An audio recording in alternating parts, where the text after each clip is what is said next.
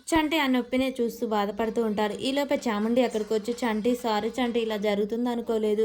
కానీ బొమ్మ చేయి జారి పగిలిపోవడం వల్ల కొన్నిసార్లు మంచి చేయాలన్నప్పుడు చెడు కూడా జరుగుతుంది. అలాగని మనం గుడికి, దేవునికి దర్శనానికి వెళ్తాం. గుడి మెట్లు ఎక్కుతుంటే కాళ్ళు నొప్పులు పుడతాయి. అలాగని దేవుని దర్శనం చేసుకోకుండా వస్తామా? లేదు కదా! ఇది కూడా అంతే. కొన్నిసార్లు మంచి వాళ్ళ అర్హత పొందాలంటే కొన్ని పనులు చేస్తూ ఉండాలి. సరే చంటి ఇక నేనొస్తాను" అని చాముండి అక్కడి నుంచి వెళ్ళిపోతూ ఉంటుంది. సింధూర చాముండిని చూసి, "ఏంటి చంటి అసలేం జరిగింది? ఎందుకు ఆ గదిలోకి వెళ్ళావు నువ్వు?" అని చెప్పగానే, "నాకు నేనుగా వెళ్ళలేదు అమ్మగారు. ఆ చాముండి చెప్పింది అమ్మాయి గారు" అని చెప్పగానే, "చూడు చాముండి రవిబాబు" సింధూర ఇలా మనసులో అనుకుంటుంది. "రవిబాబు, చాముండి ఈ చంటి అత్తమ్మకు దగ్గరవుతున్నారని వాళ్ళు ఓర్చుకోలేకపోతున్నారు. అందుకే ఇలా చేశారనమాట. చూడు చంటి ఆ రవిబాబు, చాముండి ఆలోచనలు అంత మంచివి కావు.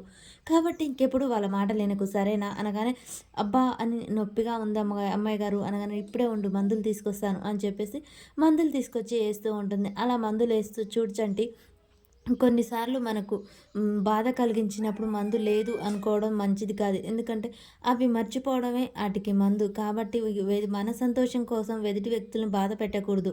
సరేనా? అర్థమైందా? ఇంకెప్పుడు ఇలా బాధపడకు నువ్వు అని చెప్పేసి ఇక వెళ్ళిపోతూ ఉంటుంది. చంటి అలా చూస్తూ అమ్మాయి గారి మనసు ఎంత మంచిది.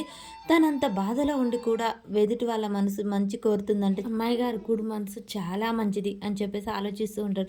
మరి చెంచలమ్మ చంటిని కోపంగానే చూస్తుందా? ఇక ప్రేమగా దగ్గరికి తీస్తుందా? అనేది మనకు నెక్స్ట్ వీడియోలో తెలుస్తుంది.